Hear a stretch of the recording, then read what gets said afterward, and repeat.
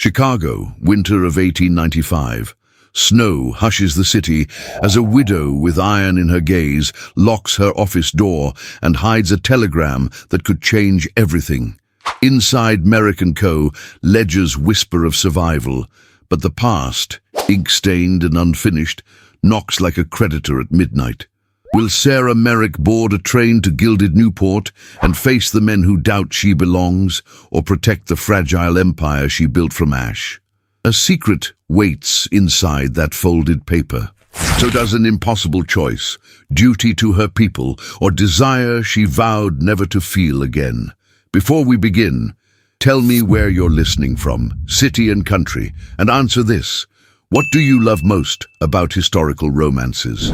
Chicago, Illinois, winter 1895. The snow fell not in flurries, but in solemn sheets, blanketing the city in a silence that muffled the clang of trolley bells and softened the cries of street vendors. Ice glazed the iron railings of Wabash Avenue, turning every stoop into a treacherous stage, every cobblestone into a question. Within the grey, frost-bitten pulse of the city, one window flickered with golden light long before dawn. The corner office of Merrick & Coburn, a department store born of stubbornness and steam. Sarah Merrick stood at her desk, sleeves rolled to the elbows, collar fastened to the throat, eyes scanning a ledger with the same precision that once stitched hems and matched ribbons.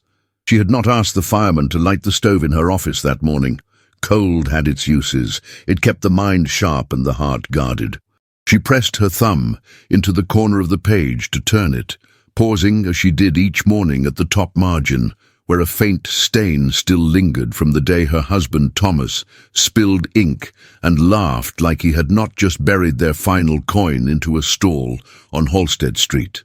That laughter had faded 2 winters later, stolen by the panic, and Sarah had not heard its like since. Now, at 34, she wore widowhood like the wool coat hanging on the hook behind her, serviceable, weather-worn, and devoid of flourish. Her chestnut hair, pulled into a chignon at the nape of her neck, held the same discipline as her bookkeeping. No curls framed her face, no pins glittered in her crown.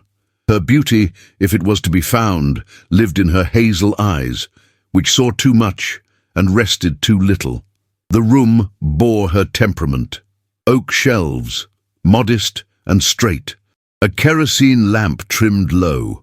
A single photograph hung above her desk, not framed in silver or pressed behind glass, but nailed with care into the paneling. In it, a younger Sarah stood beside Thomas in front of the stall that would become the store. He had his arm around her shoulders. She was not smiling. Her gaze, even then, was forward. Beneath her hand now, hidden inside the day's inventory ledgers, was a telegram, folded once, read twice, ignored for 3 days. The paper bore the elegant crest of the Newport Chamber of Commerce and the overconfident scrawl of a secretary used to summoning titans. The invitation was clear. We would be honored by the presence of Miss Sarah Merrick at the Summer Pavilion to discuss expansion prospects with leading investors and retail proprietors. She had received such invitations before. Most women in commerce did not. The difference was, most men did not expect her to appear. Or worse, they expected her to fail gracefully. Her forewoman, Mrs. Aldridge, entered without knocking, her cheeks flushed from the cold and her shoulders dusted with snow. Seamstresses are asking about the heating coal, Miss Merrick. If we cut the last order, they'll freeze by Friday. Sarah closed the ledger. Then we don't cut the last order. Even if it pushes us past the margin? Especially if it does. Mrs. Aldridge nodded, but her glance shifted to the telegram on the desk, which had shifted from its hiding place. You'll go then? She asked, not in curiosity but concern. Sarah lifted the telegram, studied it one final time, and slipped it into the pocket of her wool skirt. A woman can stitch until her fingers bleed, and still be called idle by a man who's never thread a needle. Let them see what we've made. That afternoon, she walked the store floor in silence. The second level still bore the scorch marks from last year's chimney spark. She had chosen not to repaint them. Let the customers see that fire had passed through and left them standing. She passed the reading room, where 3 girls in calico aprons huddled around a borrowed book. One of them, 12 at most, looked up and smiled. Sarah did not smile back, but she did nod, which, in her language, meant continue. As dusk turned the sky to iron, Sarah emerged from the rear entrance, wrapped in her dark wool walking coat, collar turned high, a velvet hat pinned with a single feather. The streets were half-choked in slush. The conductor at Union Station called for boarding. She climbed the train alone, save for a single satchel and a case of ledgers. Her body left no silhouette in the snow, only boot prints swallowed quickly by the wind. From the platform, Mrs. Aldridge watched, her hands clasped beneath her shawl, face pale with pride and dread. It was not Newport that frightened her. It was what the city might ask of Sarah and what Sarah might give to keep what was hers. Inside the carriage, as the train lurched forward, Sarah did not lean into the cushions. She sat straight, the telegram now in her gloved hand. She opened it once more, slowly. A trace of the secretary's perfume still clung to the parchment, sweet and artificial. "Discuss expansion prospects," she murmured aloud, her voice flat. "Discuss the cost of not being a man." Beyond the frosted window, the city disappeared into grey. Somewhere behind her, a small photograph still hung on an office wall, a testament not to romance, but to resilience. Ahead, a world that thought it knew her, waited with smiles carved in gold and promises laced with steel. And Sarah Merrick, who had buried her heart once before, carried not flowers nor hope, but a ledger of her own. Newport, Rhode Island, summer 1895. The first thing Sarah Merrick noticed about Newport was not its beauty, but its restraint. The sea lay still as burnished pewter, and the palaces that lined Bellevue Avenue gleamed like monuments to arrogance. Mansions rose from the cliffs like marble temples, their columns adorned with garlands, their gardens trimmed with the precision of a banker's ledger. It was a city that glittered for those invited and glared for those who dared arrive uninvited. Her carriage slowed before the Astorling Pavilion, where the Chamber of Commerce had chosen to host its season's conference. The drive was a parade of pale stone and polished brass. Footmen in navy livery stood beneath arched porticos, holding umbrellas not against rain, but against the sun. Sarah stepped down in her travel gown of dove-grey silk, modestly cut but finely tailored, the skirt dusted by the sea breeze. She wore no diamonds, only a small pearl pin that caught the light like a secret she refused to share. Inside, chandeliers flickered over ceilings painted with cherubs and vines. The air smelled of lilies and champagne. The sound of laughter floated through the halls, low, musical and hollow. Conversations hummed in corners, railroad expansions, coal mergers, tariff negotiations, and then, when Sarah's name was whispered, a sudden pause, followed by the rustle of fans and the sharp intake of curiosity disguised as politeness. "Miss Merrick of Chicago," announced the usher, his tone neutral yet tinged with the faintest disbelief, as though he had been asked to introduce a myth. Heads turned. A few ladies smiled, the kind of smiles that conceal daggers. Men appraised her with that bored fascination, reserved for something both out of place and potentially profitable. Sarah inclined her head slightly, her hazel eyes sweeping the room without apology. She had learned long ago that silence could command more than words. At the far end of the hall, Benedict Astorling stood apart from the crowd. He was taller than most men, his posture impeccable, his dark hair streaked faintly with grey at the temples. His grey-blue eyes, cool as tempered steel, surveyed the proceedings with detached precision. His waistcoat was charcoal, his cravat perfectly knotted, his demeanour unyielding. A widower, they said, a man who had built fortunes and buried happiness in the same decade. Sarah recognized him from the newspaper illustrations, the man who had rescued a failing bank during the panic, who had the president's ear and the trust of half the rail industry. But here, among marble and perfume, he looked like a figure cut from shadow rather than light. Their first meeting came not through formal introduction, but through collision of circumstance. At the refreshment table, while balancing a teacup in one hand and a conversation with a dismissive merchant in the other, Sarah found herself suddenly addressed by a voice behind her. "You prefer tea over champagne. Sensible." She turned. Benedict Astorling stood a pace away, watching her with an expression that was neither welcoming nor cold, merely observant, as if taking inventory of her existence. "I find champagne overrated," she replied evenly. "It sparkles beautifully and leaves one empty." "Like most investments," he said, a ghost of amusement in his tone. There was a pause, a thin ribbon of silence stretching between them. Sarah glanced at his left hand, gloveless, ringless. She returned her eyes to his. "You speak like a man who calculates before he feels." "I speak like a man who has learned that feeling can be expensive," he countered. Their exchange drew a subtle ripple of interest from those nearby. A few whispered. Sarah ignored them, setting down her teacup. "Then perhaps you and I have studied the same ledgers, Mr. Astorling." He looked at her more closely now, the faintest crease at his brow. "I doubt we studied the same tutors, Miss Merrick. But I suspect we've survived similar storms." Before she could answer, a gentleman in a silk waistcoat approached, his voice syrupy with false charm. "Mr. Astorling, I had no idea you'd take such interest in our guest from the Midwest. Miss Merrick, was it? The one with the philanthropic department store?" "Philanthropic," Sarah repeated, her tone crisp. "I prefer profitable, Mr. Harrington. But I suppose charity is a convenient term for what one cannot understand." The man coloured, muttered something unintelligible, and retreated.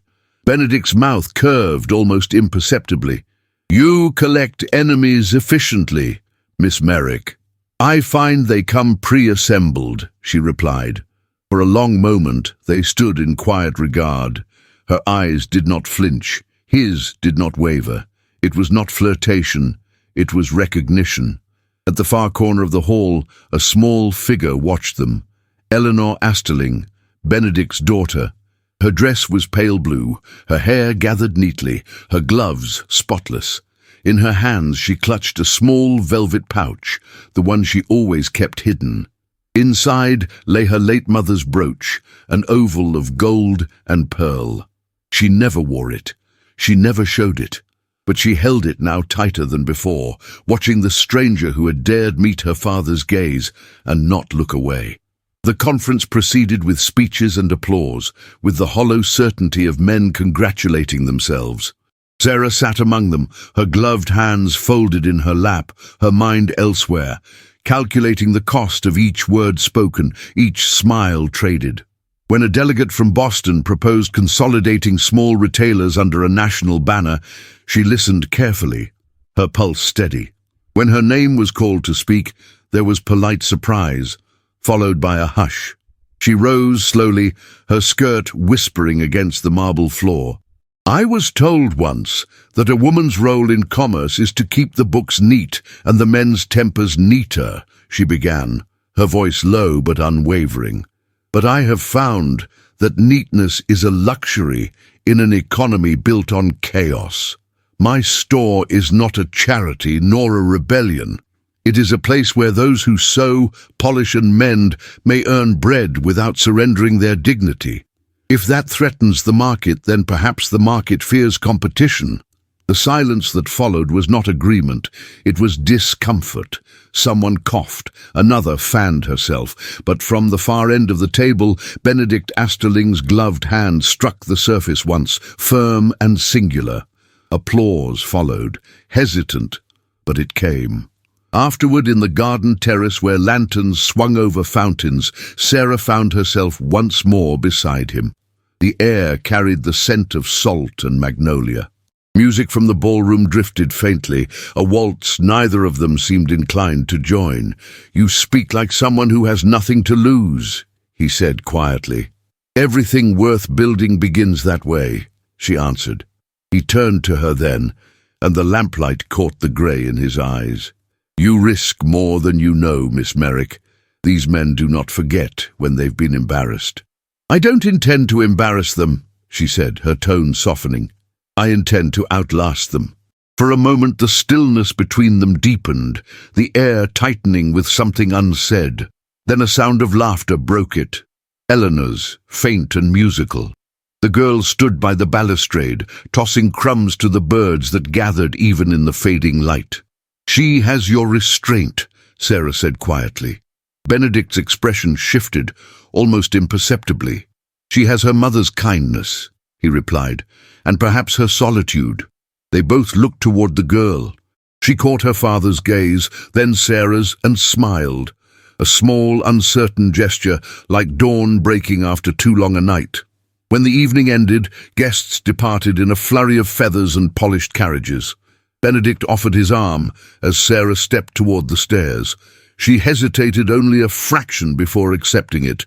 His hand was warm, his touch steady, not possessive, merely present.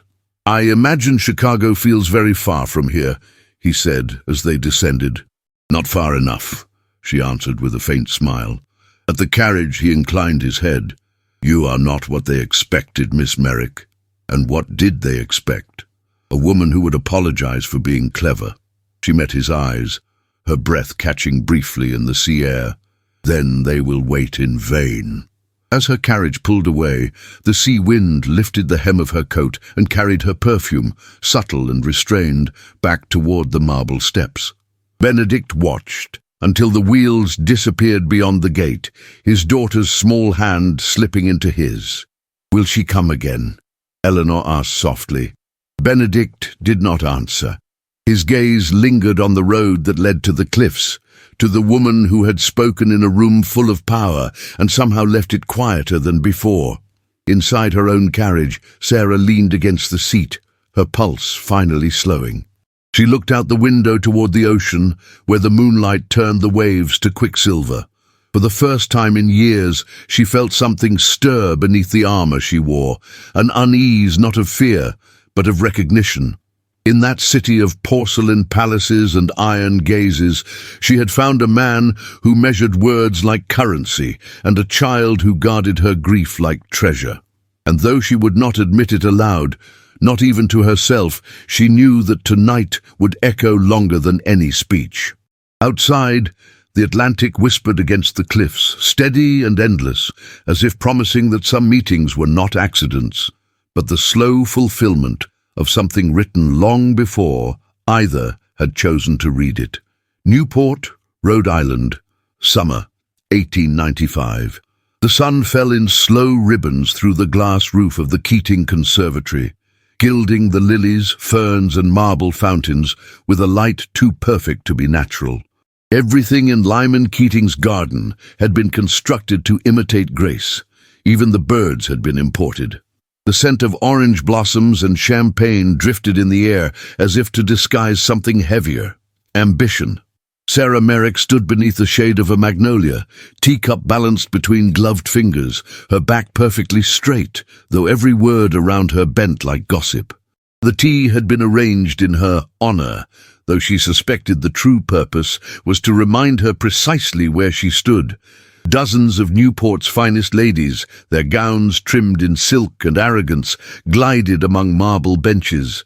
Men in pale waistcoats and watch chains discussed mergers as though they were marriages. Sarah listened quietly, her grey dress modest but sharply tailored, the fabric chosen for its strength rather than its shimmer. At the far end of the garden, Lyman Keating approached, his cane tapping the tiles with the deliberate rhythm of a man who believed the world waited for him to arrive. He was broad and ruddy, his moustache curled like a weapon. He smiled too easily, as though every expression he owned was rehearsed. "Miss Merrick," he said, bowing slightly, though his eyes never softened. At last, the woman who's managed to make the gentlemen of Chicago pay attention to milliners and ribbon stock. Sarah inclined her head. "Good afternoon, Mr. Keating." "May I?" He gestured to the seat beside her. "You may." He sat, uninvited by the tone, though welcomed by propriety. I've been hearing remarkable things about you. A self-made enterprise, no male partner, loyal staff, rising profit, quite a feat in such a fickle market. And yet, he stirred his tea with deliberate leisure. I cannot help but wonder how long that independence can endure in a world built by consolidation. Sarah's lips curved faintly. Independence has a longer life than you might think. It tends to survive in those too stubborn to sell it. Keating chuckled, leaning back. You mistake stubbornness for virtue. You see, Miss Merrick, I am not your enemy. In fact, I could be your salvation. We're forming a retail trust, merchants united under one charter, profits shared, risks minimized. It would be unwise to stand apart when everyone else is joining hands. Everyone? She repeated softly. Or merely those who fear standing alone? His laughter broke like a slow crack of thunder. You're bold, I'll give you that. But boldness has its price. You're a woman in a man's economy, Miss Merrick. You can either be admired for your novelty or respected for your compliance. I suggest the latter. Sarah set her cup down carefully, the china barely making a sound. And if I choose neither? Keating's expression cooled. Then you'll find that admiration fades quickly when credit lines tighten. The market can be cruel to dreamers. Then I shall make certain my dreams pay their own bills. A flicker of irritation crossed his eyes. You think the world will protect you because you pay fair wages and quote morality? It won't. You will learn that sooner or later. Sarah rose. Then I shall prefer later. She turned and left him seated among his lilies, his smile now brittle as porcelain. Around her the garden murmured. Some guests pretended not to watch, others whispered behind their fans. She felt the scrutiny settle on her like a veil, but she wore it with composure. She had long ago learned that attention, like glass, could be both beautiful and sharp. As she walked toward the terrace, she saw Benedict Astorling standing near the balustrade, a dark figure against the sunlit sea. His stance was still, his gaze fixed on the horizon, as though he could calculate the distance between silence and surrender. When he turned, his eyes found her immediately. Miss Merrick. Mr. Astorling. He studied her face, reading something there that the others would have missed. You've just spoken with Keating. I have. And you refused him. I did. His brow tightened slightly. Then allow me to be candid. Keating is not a man who tolerates refusal. His reach extends beyond business. Do you mean threats? I mean influence. Sarah crossed her arms lightly. Influence is only a threat if one values its approval. He exhaled slowly, almost amused, almost frustrated. You play a dangerous game. I wasn't aware it was a game. Their eyes met. The air between them thinned, charged by something neither dared name. Her posture was steady, his expression softened, though his words did not. You are not among friends here, Miss Merrick.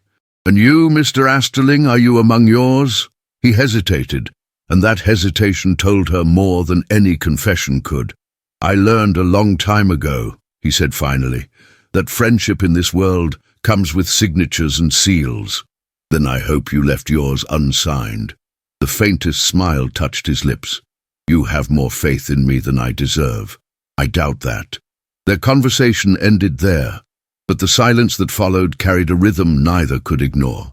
It was not comfort. It was recognition again, the kind that hums quietly under the skin.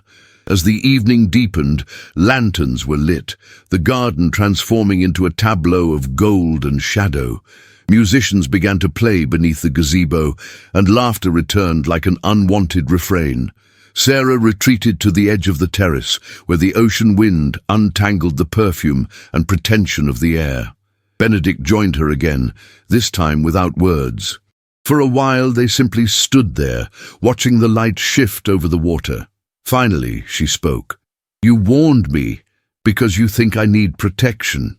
No, he said quietly, because I don't want to watch someone brave be crushed for it. She turned to him then, and for the first time she saw it, the flicker of sorrow that lived behind his composure. It was not arrogance that made him distant, but memory. He carried his grief like armor, polished but unyielding. "I did not come to Newport to be admired," she said. "I came to be heard, and I will not trade that for anyone's comfort." He nodded once, his gaze steady on her face. "Then they will remember you long after they forget their own speeches."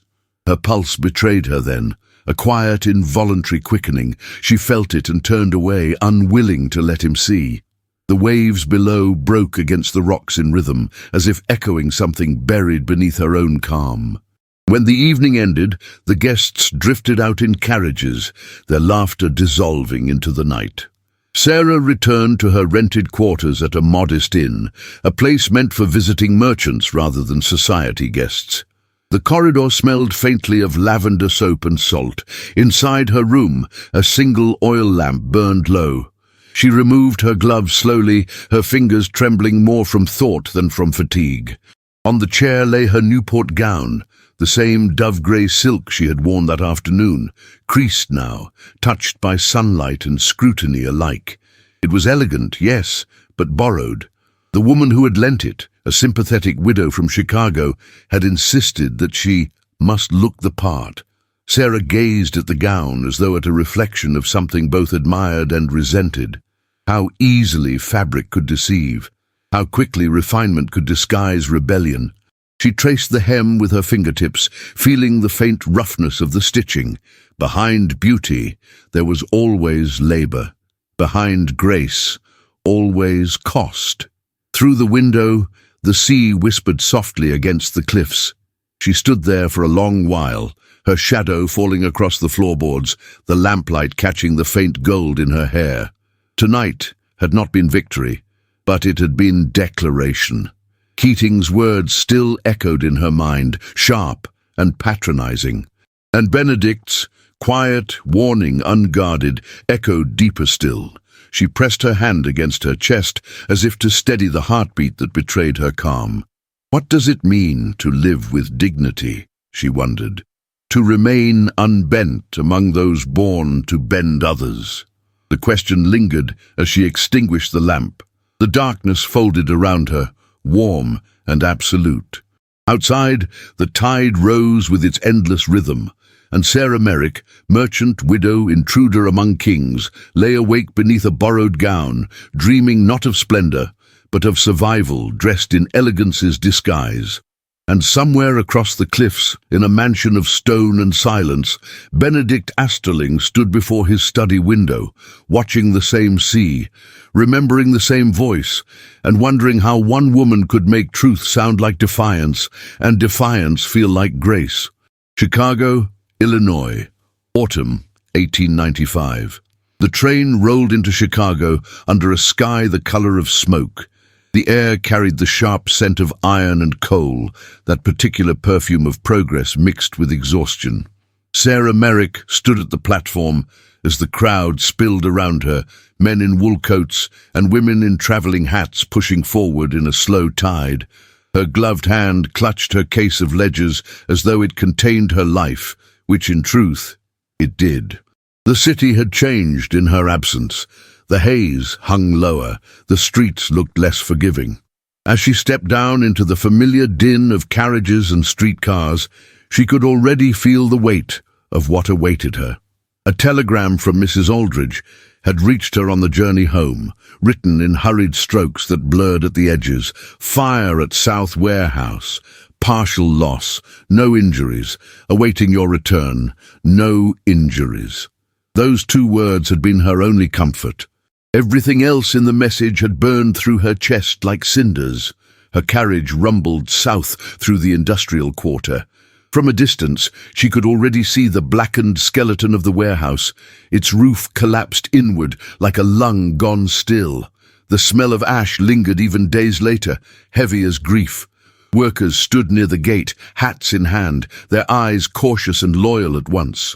Mrs. Aldridge met her by the entrance, face pale, gloves smeared with soot.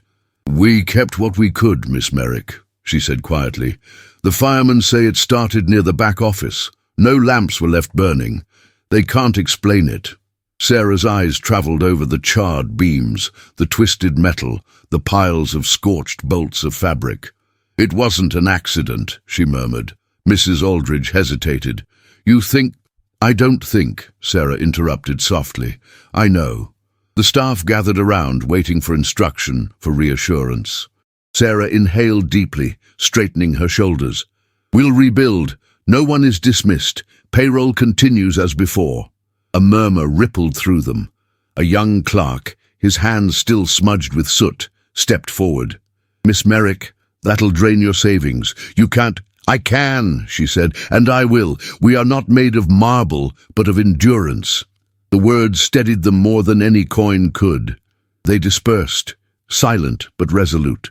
That night, back at her office, Sarah sat surrounded by ledgers, tallying numbers that no longer added up. The air smelled faintly of smoke and ink. The flame of her lamp wavered as she flipped through receipts. Her pen paused over a line, "Insurance policies." She frowned. The coverage on the South Warehouse had been renewed just 2 weeks before, the papers handled by her broker through Keating's office. Coincidence, perhaps. But coincidence had a way of wearing expensive shoes. The knock came just before 9. The boy who entered carried a florist's box tied with ribbon. "Delivery for Miss Merrick," he said, placing it on her desk. Sarah opened it slowly. Inside lay a bouquet of white lilies, their scent heavy and pure. There was no card, only silence. Her stomach tightened. She turned the box over, found the florist's mark pressed in gold on the side. "Who sent these?" she asked. The boy shrugged. "Paid in cash. Name on the slip was Edwin K." She froze. Edwin K.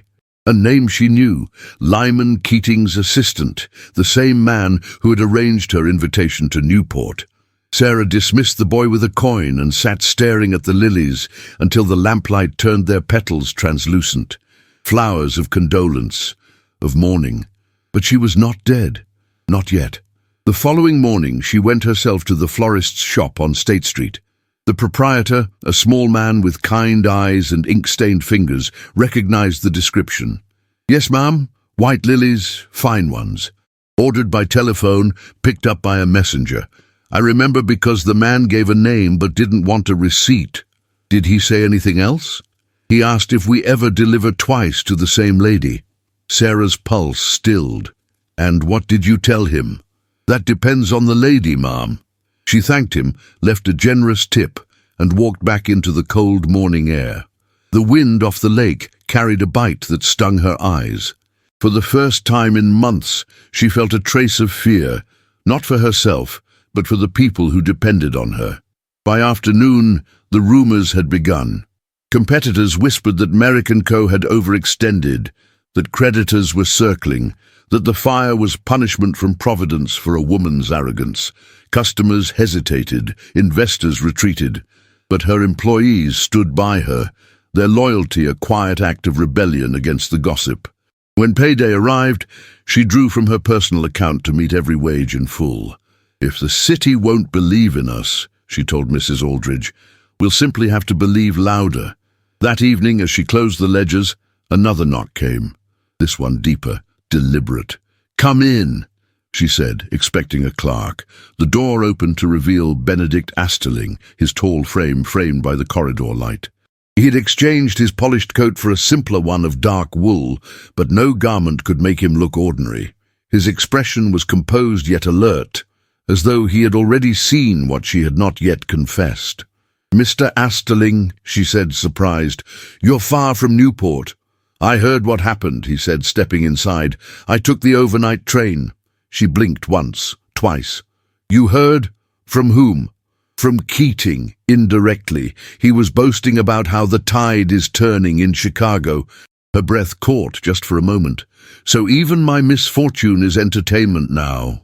Benedict's gaze softened. "Not for everyone." He studied the room, the papers stacked, the faint scorch marks still visible on her sleeves. "You haven't slept." "I couldn't afford to." He took a slow breath, then reached into his coat. "I came with a proposal.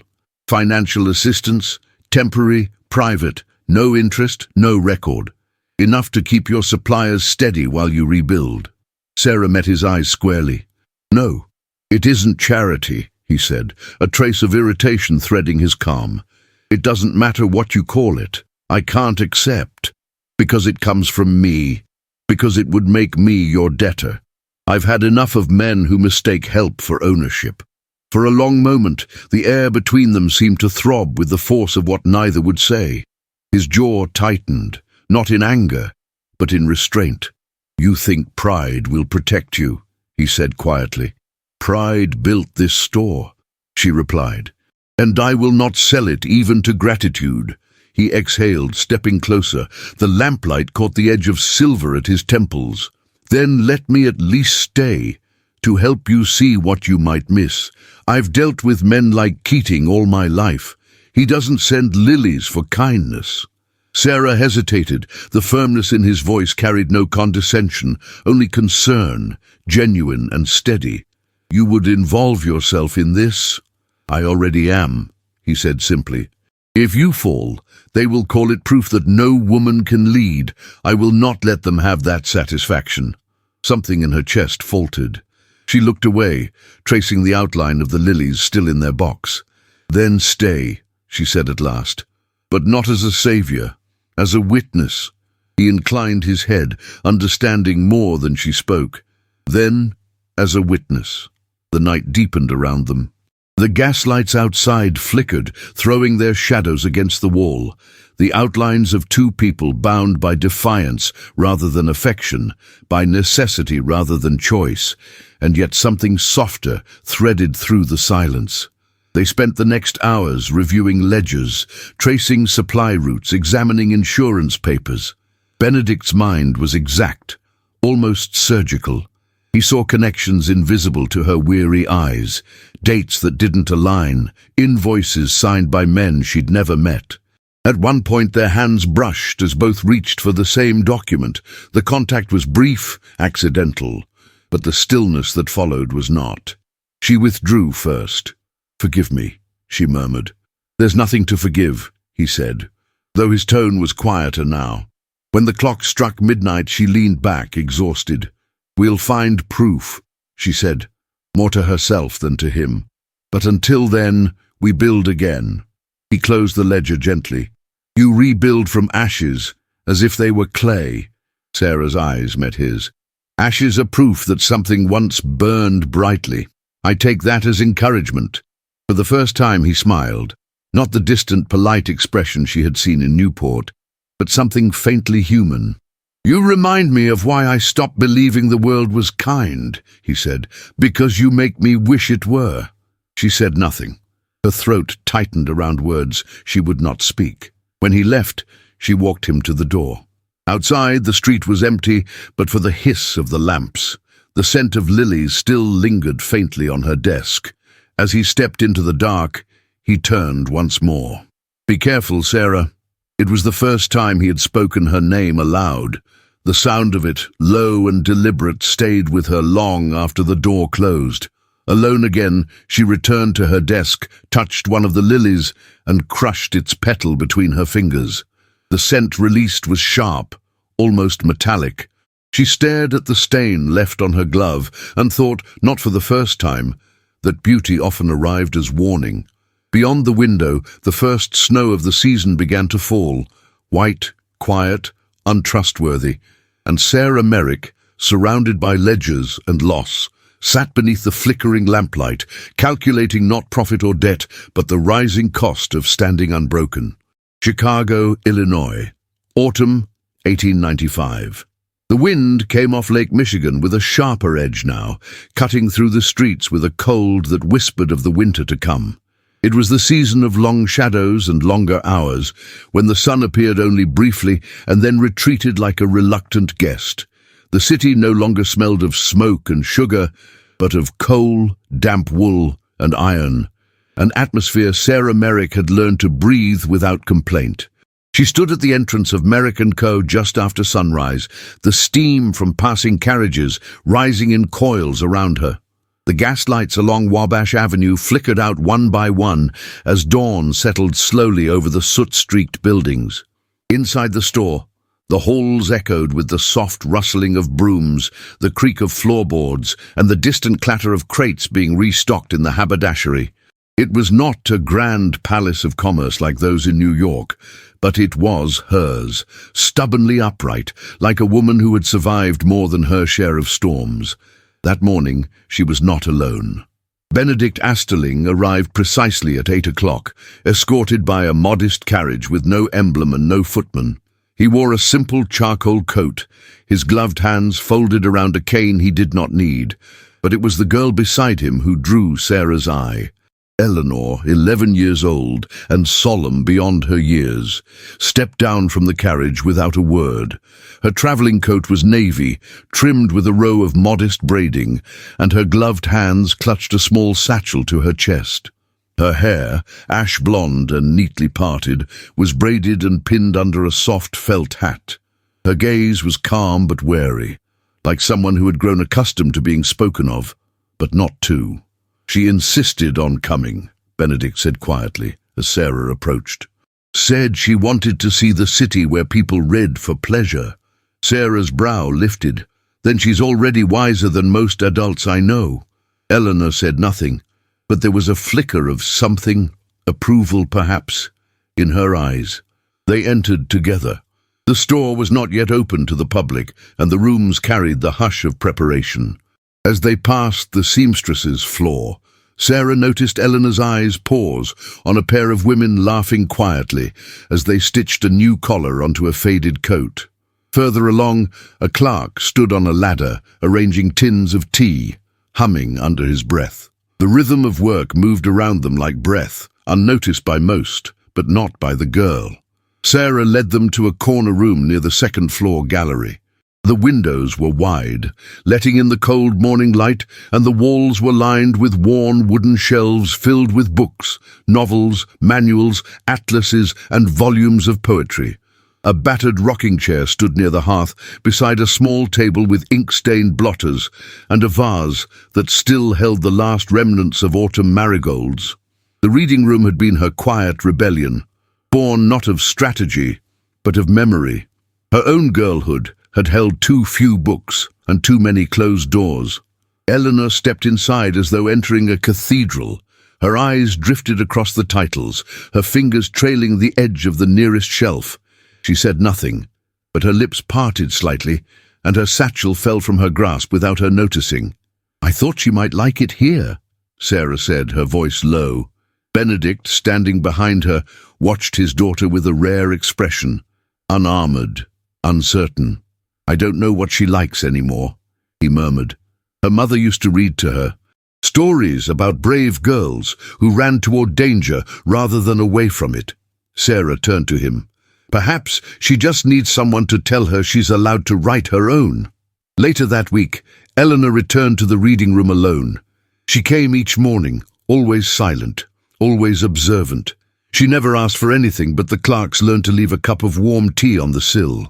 Sarah noticed that the girl began bringing scraps of paper from the office bin, old invoices, used envelopes, on which she scribbled quietly, page after page, her brow furrowed in concentration. It was on the fourth morning that Eleanor approached Sarah near the seamstress table, her steps careful, her hands trembling slightly. Without a word, she held out a folded paper. "For me?" Sarah asked gently. Eleanor nodded, eyes fixed on the hem of Sarah's dress. Sarah unfolded it. A short story, written in delicate, slanted handwriting. It was about a girl who lived in a lighthouse and used mirrors to send messages across the sea to her lost mother. The girl in the story was alone, but never lonely, and in the final paragraph, she received a reply. Sarah's throat tightened. "This is beautiful, Eleanor." The girl looked up then, meeting Sarah's gaze with fragile pride. "You don't have to say that." "I don't say anything I don't mean." That was the beginning. The days passed, with the illusion of normalcy, orders resumed, the fire was cleaned up, a new shipment arrived, and with it, the promise of recovery. But beneath the surface, Sarah remained alert. The lilies had stopped, but the unease had not. It was on a Wednesday, just before noon, that the calm cracked. Eleanor had gone down to the lower level to return a borrowed ink bottle. The hallways were narrow, lined with crates and oil lamps. One of the clerks, a young man named Daniel, was delivering a bundle to the back room when he saw it. A man, mid-30s, wearing a cap pulled low, standing at the top of the rear stairwell. He reached out as Eleanor passed, brushing the edge of her coat. "Watch your step," he said, smiling with no warmth. Then, as she moved forward, he shifted his weight, as if to nudge her down the stairs. But Daniel, quick to sense something wrong, dropped his bundle and shouted, "Miss!" Eleanor froze. The man turned and bolted. Security was called. Doors were locked. Descriptions were taken. But the man was gone, vanished into the alley before anyone could stop him. Sarah reached Eleanor moments later, breath shallow, heart clutched in her throat. She knelt beside the girl, who stood pale but upright, her hands clenched at her sides. "He tried to make me fall," Eleanor whispered. Benedict arrived shortly after, having been summoned from the stockroom by a trembling messenger. When he saw his daughter unhurt, he said nothing at first. He simply knelt, gathered her in his arms, and held her longer than Sarah had ever seen him hold anything. That night, Benedict moved them both to a discreet hotel, away from the public gaze. Sarah didn't argue. For once, she accepted that protection was not surrender. She returned to the store alone, carrying with her the memory of Eleanor's face, so still, so brave, and the fire in Benedict's eyes that had nothing to do with business. In her office, she sat staring at the empty vase in the reading room, now bereft of flowers. A storm was brewing. She could feel it in the way the silence shifted, in the way trust became a liability. Someone was watching. Someone had taken aim, not only at her, but at the people she had dared to let in. On her desk lay Eleanor's story. The lighthouse, the mirrors, the girl who waited for a message across the sea. Sarah reached for her pen and wrote a single line at the bottom of the page. She lit the lantern again, this time for someone else. She would keep the room open. She would keep the stories alive, even in the face of danger. Because in a world that tried to make them afraid, women like her, and girls like Eleanor, had learned to write their defiance not in fire but in ink. Outside, the city churned on, indifferent and immense. But inside Merrick & Co., a new resolve was taking root. Not loud, not visible, but unshakable. And for the first time, Sarah wondered if perhaps the legacy she was building would not be measured in profits, but in the lives it protected, and the voices it dared to shelter. Chicago, Illinois, late autumn, 1895. The smoke had long since cleared from the warehouse, but in the eyes of the city it still lingered. It clung to the corners of newspapers, curled into the folds of conversation at dinner tables, and settled with venomous grace into the salons of men who profited most when a woman fell. Sarah Merrick stood at the front window of her office, watching as a grey sky poured itself over Wabash Avenue like damp wool. The street below pulsed with life. Streetcars clattered, boots stamped puddles into brown snow, vendors called their wares, but none of it reached her. She saw only reflections. Her own face, pale and firm, the seamstresses huddled below on the factory floor, and beyond all of that, the city she had carved a name into with ungloved hands, a name now being dragged through ash. The Chicago Tribune had printed its headline that morning with all the smug cruelty of men who'd never built anything with their own labor. From visionary to volatile, is Miss Merrick fit to lead? The article questioned everything, from her emotional instability to the reckless idealism of employing women in supervisory roles. One paragraph quoted an anonymous source claiming she had screamed uncontrollably upon learning of the fire. She had not screamed, she had not even wept. But truth was rarely profitable. On her desk sat a dossier. It had arrived wrapped in wax-sealed parchment from the hands of a man who had once worn a badge. Malachi Dempsey, Benedict's contact. A former Pinkerton with a mind like a lockpick and a gaze that stripped lies bare. He had spent 2 weeks in the shadows, in the alleyways, behind banks and the polished offices of brokers, gathering names, signatures, and evidence that no newspaper dared to print. Sarah opened the file again, her fingers steady. The warehouse had been leased 5 months prior to a shell company, Astoria Holdings, a meaningless name on paper. But Dempsey traced the company's founding to Edwin Keene, Keating's assistant, the same man who had purchased the lilies, whose name appeared on the florist's log, and who had vanished the morning after Eleanor was nearly pushed down a flight of stairs. Coincidence no longer had room to hide. Her door opened softly. Benedict entered, his coat damp from the weather, his gloves in one hand, the other running through his greying hair. He looked tired, but determined. "I just came from the hotel," he said, voice low. "Eleanor asked if she could come back to the store tomorrow. She says the books miss her." Sarah's mouth twitched. "Then she is kinder to them than the press is to me." He crossed to her, eyes scanning the dossier on her desk. "You've read it all?" "Twice." She closed the folder, slowly. "It's worse than I imagined, but I can't say I'm surprised." He studied her in silence for a long moment, the air between them thick with something fragile. "I'm sorry," he said at last, "that it took this much for me to believe how far Keating would go." She turned to him then, and there was no armor in her gaze. "I don't need your pity." "It's not pity," he said. "It's fury." That startled her. Not the word, but the truth in it. A knock interrupted them. Mrs. Aldridge stepped in, her face drawn, eyes darting. "One of the creditors is downstairs, Mr. Langdon. He says he's reconsidering our extension." Sarah's jaw tensed. "Of course he is. Should I prepare the paperwork?" "No," Sarah said. "I'll speak to him." But before she could move, Benedict stepped forward. "Let me." Her eyes narrowed. "I don't need a man to speak for me." "I know. But Langdon knows me. If I stand beside you, he'll listen." "That's not weakness, Sarah. It's strategy." She exhaled slowly. "Fine. But don't speak unless I falter." "You never falter," he replied. And for a moment, something like reverence flickered in his voice. They descended together. The store was still closed to customers, but the murmur of staff drifted like ghostly applause from the upper levels.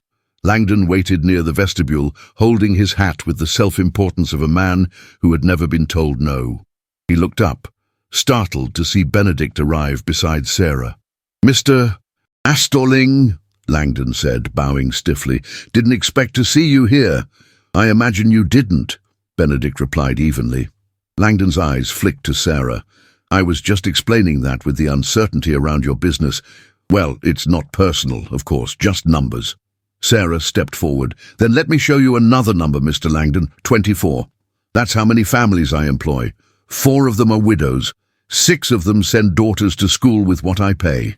If you pull your credit line now, you're not protecting an investment. You're dissolving a future." Langdon shifted, discomfort flickering. "Miss Merrick, I don't make decisions based on sentiment." "Then let's speak of facts," came a voice behind them. All heads turned. A voice had risen from the stairwell above. A young woman in a plain dress, hair pinned neatly, descended the steps with trembling hands. It was Clara Whitmore, one of Sarah's seamstresses. Her voice quivered, but her eyes shone with fire. "My son would have died last winter if Miss Merrick hadn't paid for his medicine," Clara said, each word more confident than the last. "She kept me working when my hands were too blistered to sew. She brought reading to women who'd never been taught to read. If you walk away now, Mr. Langdon, you're not just taking credit. You're taking food. You're taking light." The room fell still. Langdon cleared his throat, color rising in his cheeks.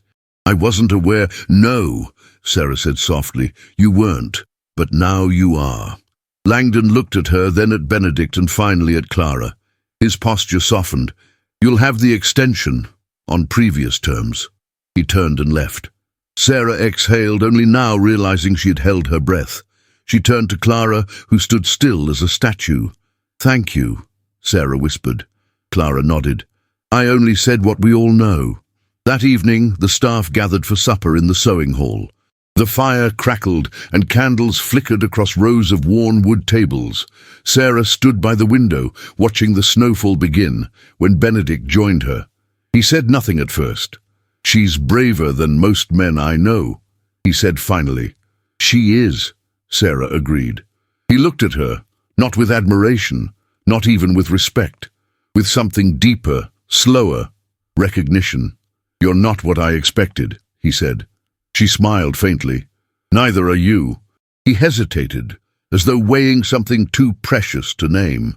Then, in a voice so low it almost disappeared into the snow outside, he said, "I think I loved you the first moment you refused me."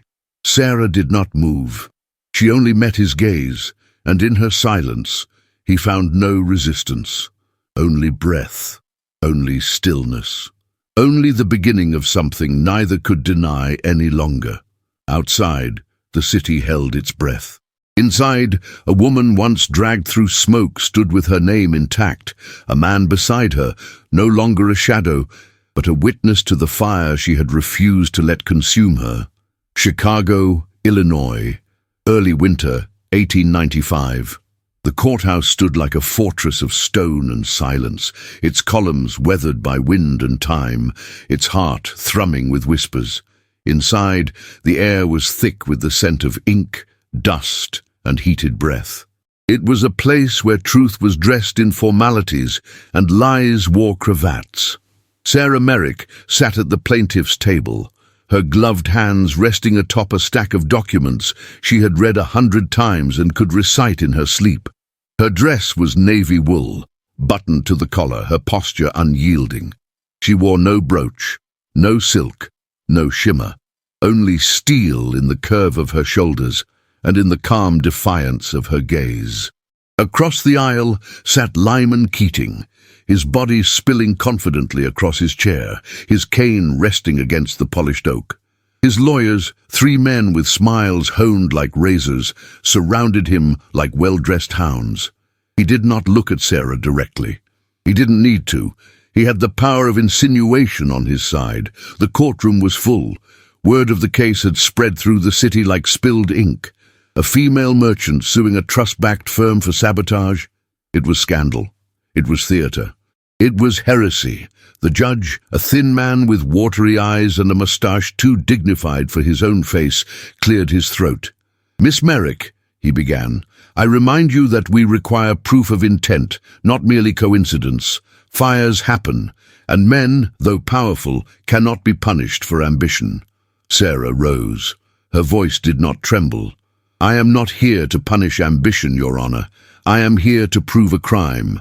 She handed the clerk a set of documents, ledgers, testimonies, a map tracing the shell company, Astoria Holdings, back to Keating's office. The judge reviewed them slowly, too slowly, and his frown deepened. Keating's lead attorney stood, his tone syrupy. "Your Honor, we do not dispute that there was a fire. We do not dispute that Miss Merrick has suffered, but is it not possible that this tragedy has clouded her objectivity? After all, her business has been declining. Her relationships with certain men have shifted her standing." "We must ask—" "Speak plainly," Sarah interrupted. The attorney blinked as though surprised she had teeth. He smiled. "Very well.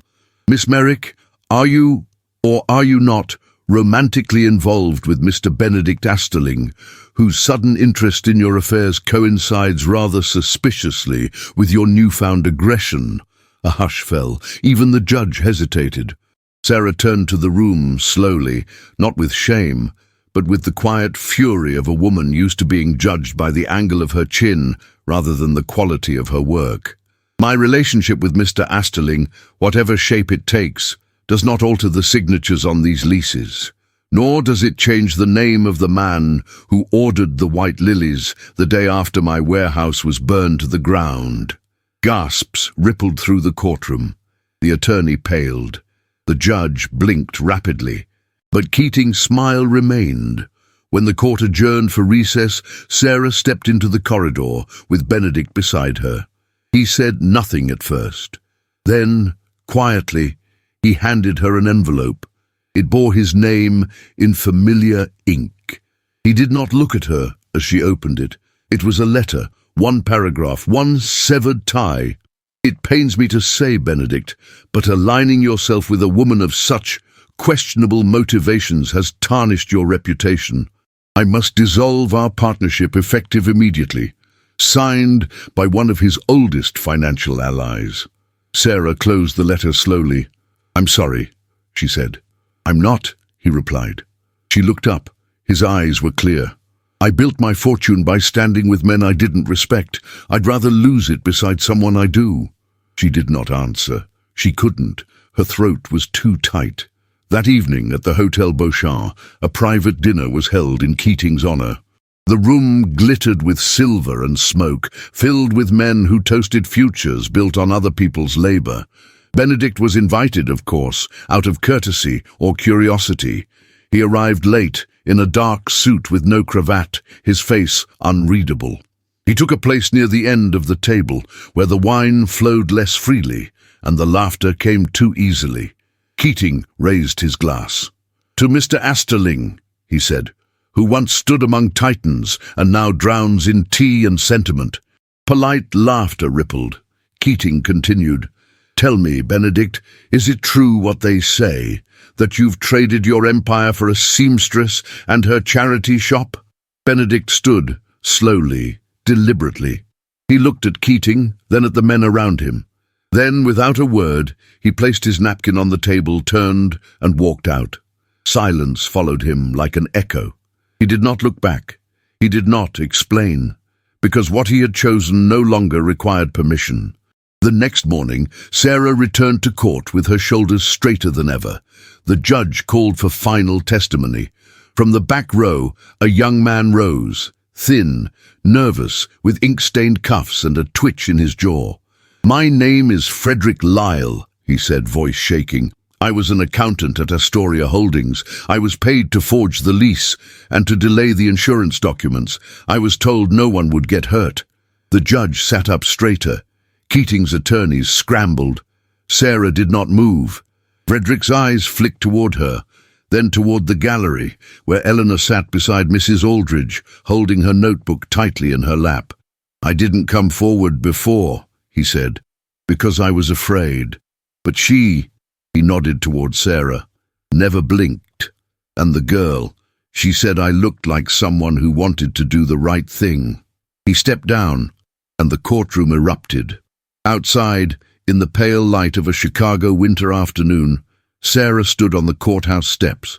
Reporters waited. Her staff waited. Her name now stood in smoke, but not as ruin, as warning.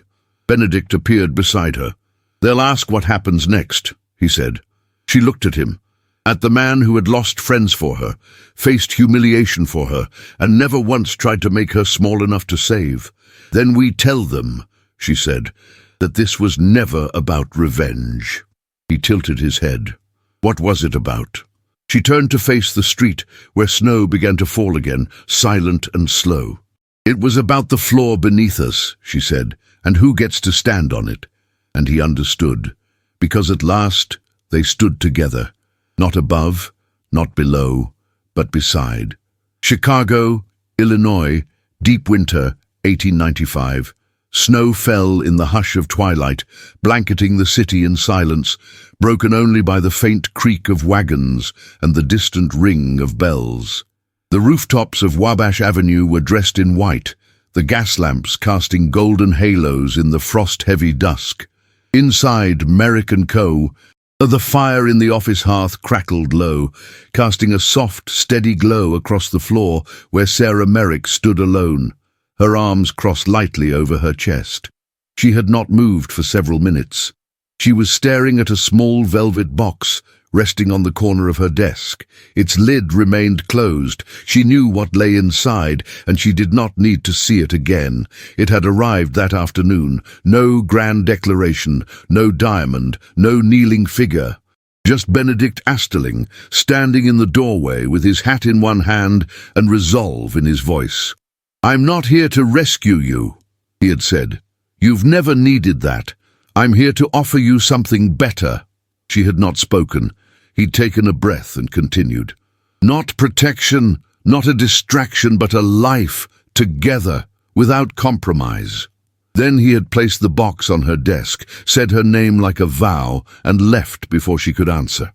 And now, alone, she stared at the offering not as a girl might stare at a promise, but as a woman who had already learned the weight of such choices.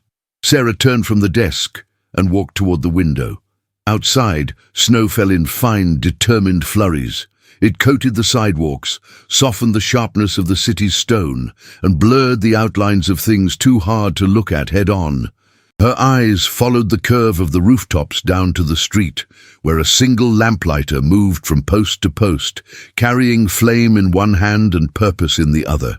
He lit the darkness one breath at a time, and still she did not weep.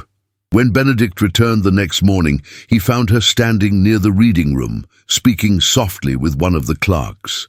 Her posture was calm, her expression unreadable, but when their eyes met, he knew.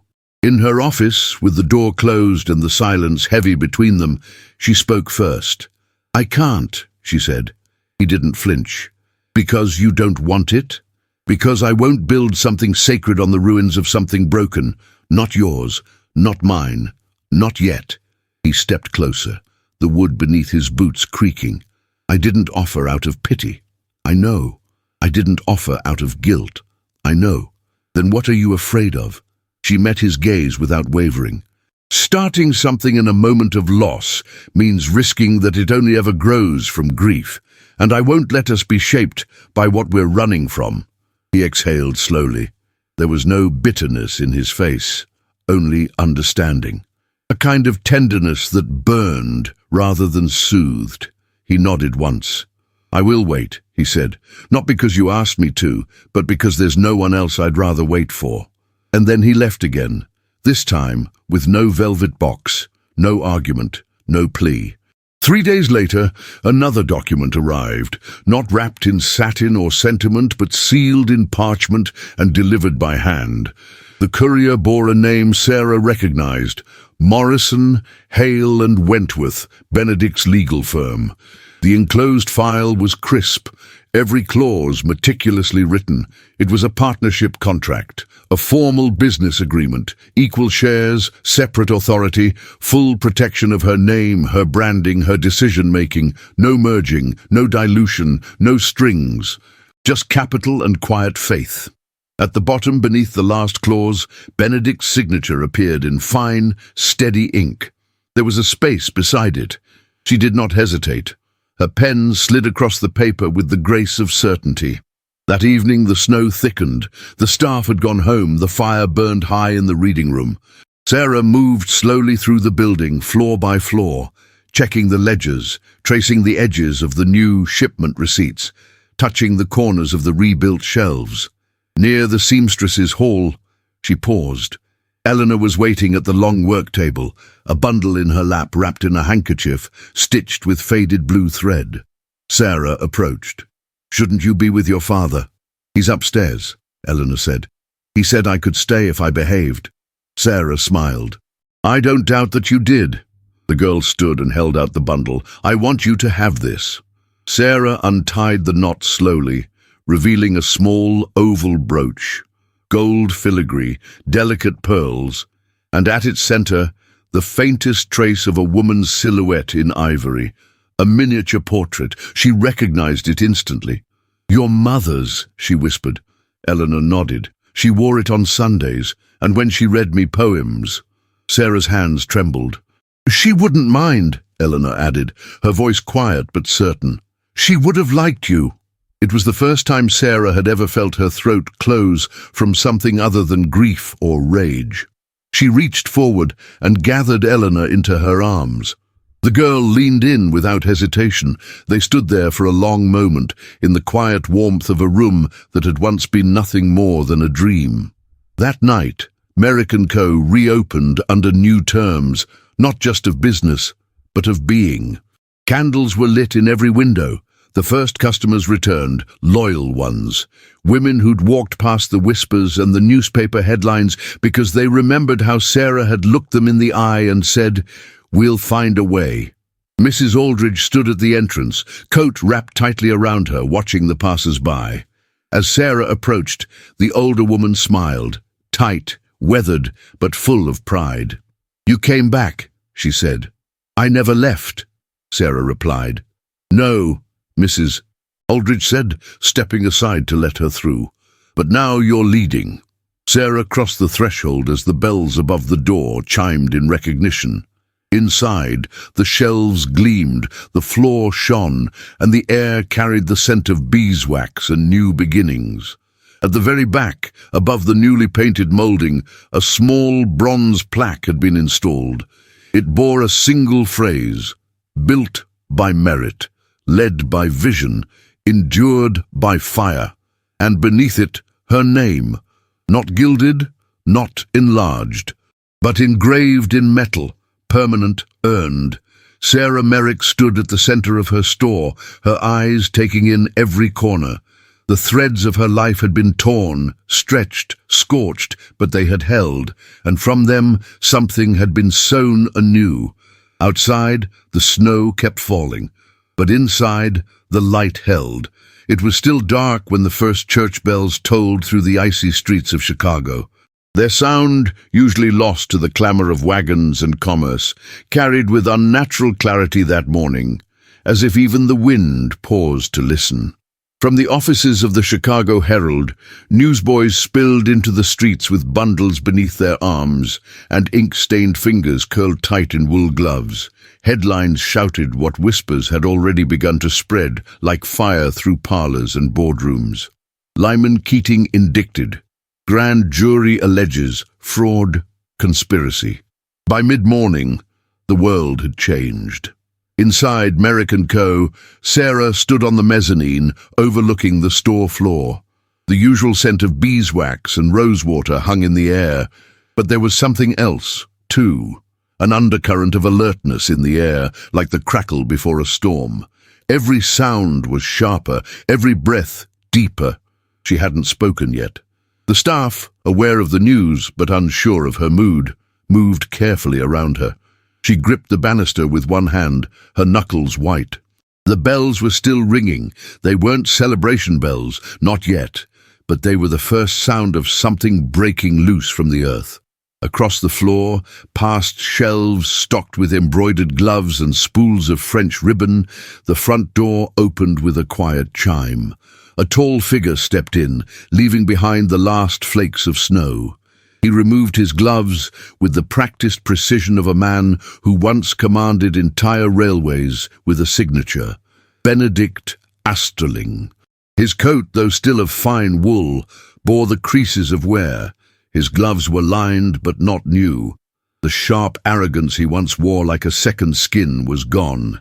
In its place, quiet dignity and something far more difficult to name. He did not approach immediately. He stood by the entrance, eyes searching until they found her. Sarah did not move. The distance between them had once been unbridgeable, measured not in steps, but in pride, in grief, in walls built from silence and fear. And yet, here he was. He crossed the floor with no haste. The staff melted away, pretending to busy themselves with ledgers and inventory, though every gaze followed the man's progress. At the foot of the stairs, he looked up. She descended without a word. They met at the edge of the central aisle, between a display of handkerchiefs and a velvet-draped table of perfume bottles. Neither noticed. He looked older than he had in Newport, but it suited him. His eyes were less guarded, his voice, when it came, lower, steadier. "I didn't come for business." Her heart beat so loudly she was sure he could hear it. "I came to ask something of you, not as a partner, not as a strategist." He exhaled, and his next words emerged like something sacred. "Do you want to build a life with me?" There were no customers nearby, no clerks hovered. The moment was bare and honest. Sarah's lips parted, but she said nothing at first. She looked past him, not to avoid the question, but to let it settle in her like snowfall, gently, thoroughly, changing the shape of everything it touched. For so long, she had asked herself what a life built with dignity might require. She had clawed it into existence, brick by brick, ledger by ledger. But love, that had always felt like a risk she couldn't afford. Until now. She met his gaze. Her voice did not tremble. Yes, the word was small, but it was solid and irrevocable. Benedict let out a breath he hadn't realized he was holding. He did not smile wide, only the smallest shift at the corner of his mouth, like a man who had learned not to reach too quickly for joy. He took her hand, not for the world to see, but for himself. That night, the city felt changed. Not because of Keating's fall, not because of headlines, but because of what was quietly forming in a brownstone on Archer Avenue, where the lights from Merrick & Co. glowed long after closing time. On the back stoop, with snow swept aside and a wool blanket folded between them, Sarah sat beside Eleanor. The girl held a cup of warm milk in one hand, her other clutching a small velvet pouch. They had not spoken in several minutes. Silence had grown familiar between them, a kind of trust. Eleanor turned the pouch over and over in her fingers, then carefully, she opened it and took out the brooch. The gold glinted faintly under the porch lamp. "She wore it the day I met you," the girl said softly. "In the photo in my father's drawer." Sarah tilted her head. "She looked kind." "She was," Eleanor said with a kind of quiet finality. "But she was tired a lot. She used to say the world was heavy for women like her." She looked up at Sarah now, not as a child asking permission, but as a girl standing on the edge of something enormous. Would it be all right if I called you something more?" The brooch rested delicately between them, a symbol not just of loss, but of love passed forward. Sarah's eyes did not fill with tears, not because she wasn't moved, but because this moment, deserved clarity, not blur. "Only," she said gently, "if you mean it." Eleanor's nod came slowly, but firmly. "I do." Sarah did not speak again. She reached over and drew the girl into her arms, not as a guest, not as a ward, but as something claimed and cherished. The bells had rung that morning for a man's downfall, but in this house, in this quiet, fire-warm night, they tolled softly for the beginning of something far more enduring. Not for vengeance, not for victory, but for love, for family, and for the woman who had been told she could not lead until the world began to follow her. Spring came to Chicago not with sudden bloom, but in a slow unfurling. Ice receded from the rooftops, crocuses trembled through thawed soil, and the wind softened as though it too had tired of harshness. On the morning of her wedding, Sarah Merrick stood before the mirror in her bedroom, buttoning the final loop of her gown without help. The dress was not white, but dove grey silk with pearl detailing at the collar, the shade of Chicago fog after a rain. She wore no corset. Her waist had been shaped by years of labor, not lacing. Her hair was swept into a low twist, secured with antique combs that had once belonged to her grandmother, and at her throat, pinned deliberately over the heart, was Eleanor's brooch, a golden camellia edged in enamel, gleaming like a quiet vow. Downstairs, in the conservatory of the Archer Avenue townhouse, sunlight filtered through glass walls onto a mosaic floor. There were no pews, no orchestra. Only 30 guests, seated on carved chairs, nestled among potted ferns and spring lilies. The scent of hyacinth filled the air. No one whispered about her age. No one murmured about her fortune. If they came because they had witnessed something uncommon. Integrity withstood, dignity preserved, a woman unbent. Benedict stood near the front in a dark suit that no longer bore the signature of exclusivity, but of quiet taste. Eleanor stood beside him, in a pale blue dress with lace cuffs, her hand clasping a small posy of violets. As Sarah appeared at the threshold, time did not stop. It simply settled, like dust caught in the sunbeam, unwilling to move lest it disturb something sacred. The judge who once silenced her in a courtroom now rose from his seat without instruction. No words passed his lips, but his eyes glistened with the ache of humility, the long road between arrogance and awe. Sarah walked forward, alone, And then Eleanor stepped in beside her, joining her with a dignity far beyond her 11 years. They walked the last steps together. When Sarah and Benedict met at the center, he did not take her hand as possession or triumph. He offered it, palm open, and she placed hers there, not as surrender but as agreement. There were no long speeches. The officiant, a Unitarian minister with a warm voice and grey beard, spoke only what was needed, that love, in its truest form, arrives not as rescue, but as recognition. They exchanged vows beneath a small wrought-iron arch intertwined with lilies and ivy. No thunder broke the sky, no scandalous gasps, just a stillness so complete even the birds outside seemed to listen. When it was over, and their lips met in the briefest, gentlest brush of breath, Eleanor released a smile that reached the roots of the room. Later that day, at the flagship store, the final surprise awaited.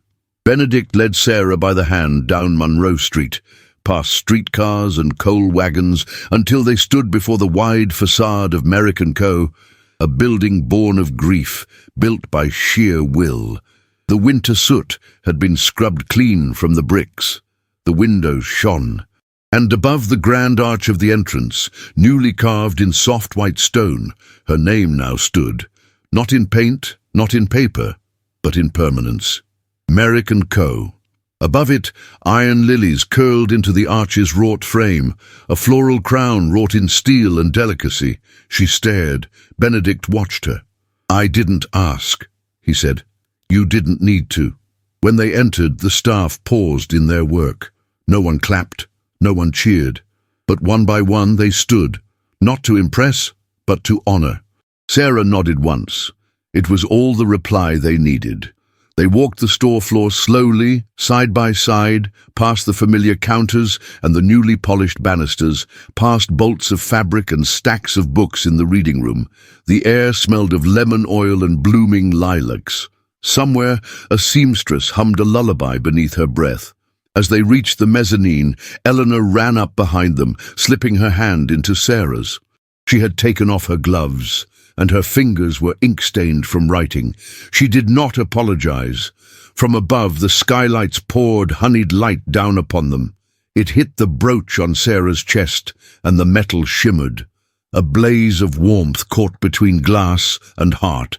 In that moment, Sarah did not think of Keating, nor of the fire, nor of betrayal or fear, or the men who once spat her name as if it were something vulgar. She thought only of what remained, of what could not be burned, stolen, or silenced, of a daughter who chose her, of a man who saw her, of a business no longer built on survival, but on belief. Later, as they stepped into the vestibule to leave, a small girl no older than 8 ran up to Sarah with a folded paper. "It's for the wall in the reading room," she said shyly. Sarah unfolded the drawing. It was crayon, crude and vibrant. A woman stood in front of a store, flanked by a little girl and a tall man. Above them, the store bore a name in uneven letters, Sarah's Place. Tears did not fall, but her voice faltered as she thanked the child. That night, as twilight fell and the city exhaled its final breath of industry, Sarah Merrick sat beside her husband and daughter in the parlor of their home.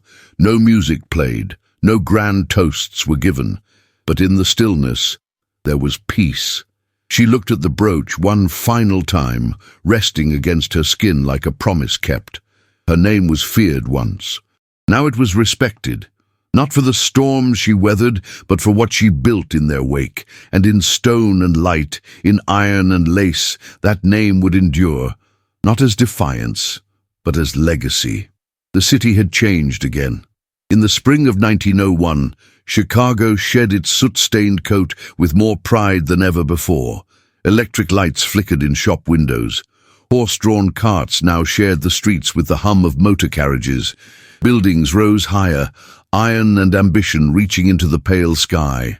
And yet on the corner of Monroe and Dearborn, a storefront remained, just as it had been, clean lines, brass trim, and a name carved in stone. Merrick & Co. The lilies above the arch had weathered winters and riots, rain and smoke, but they still bloomed in iron. Inside, the scent of lavender polish lingered in the air. Seamstresses bustled through the aisles, and the reading room had expanded, now with 2 long tables, a fireplace, and a shelf devoted entirely to published works by girls from the district. One of those books, a slim collection of fables, bore the name E.A. Astorling in neat gold leaf. From the upper floor, Sarah Merrick Astorling watched it all quietly. Her hair, now threaded with silver, was coiled in the same practical twist. Her figure had softened with time, and her gowns bore simpler lines, but there was a grace to her presence that made strangers stand straighter when she passed. She no longer needed to say her name aloud. People already knew who she was. At her side, Benedict stood, one hand resting lightly at her waist. He had lost weight in recent years, and there were days when the cough lingered longer than it should, but his eyes remained sharp, kind, and wholly hers. The boyish arrogance was long gone. In its place was something better, the quiet strength of a man who had nothing left to prove, and nothing he wished to take back. Their love had not burned like fire. It had endured like stone. They had not travelled Europe. They had not built empires. They had built something rarer, a home where every silence meant comfort, every word carried weight, and every look across the dinner table still made her heart stir. And Eleanor, oh, Eleanor, now 17, taller than Sarah, and full of restless energy. Her cheeks held the flush of purpose. She taught 3 afternoons a week at the settlement house and studied literature by gaslight in her attic room. She still wrote fables and poems, some silly, some aching with truths, too old for her age, and she never stopped calling Sarah mother, even when the law allowed the name to be hers. One warm morning, Eleanor entered the flagship store wearing a navy skirt and white shirtwaist, a book under one arm and a newspaper under the other. She looked every bit her mother's daughter, and knew it. "You're on the front page again," she said, handing Sarah the paper. Sarah raised an eyebrow. "What now?" "They're crediting you with founding the first merchant-funded literacy program in the Midwest. They're calling you the Iron Lily." Sarah laughed. "Sounds terribly uncomfortable." "They mean it kindly." "Do they?" "They do now." Outside the store, carriages rolled past, and across the street stood the new Merrick house, a community centre built from the ashes of the old warehouse. On its cornerstone, carved by Eleanor's own hand, were the words, "A place for voices unheard." As the family prepared to leave the store for the afternoon, a clerk approached Sarah with a sealed letter.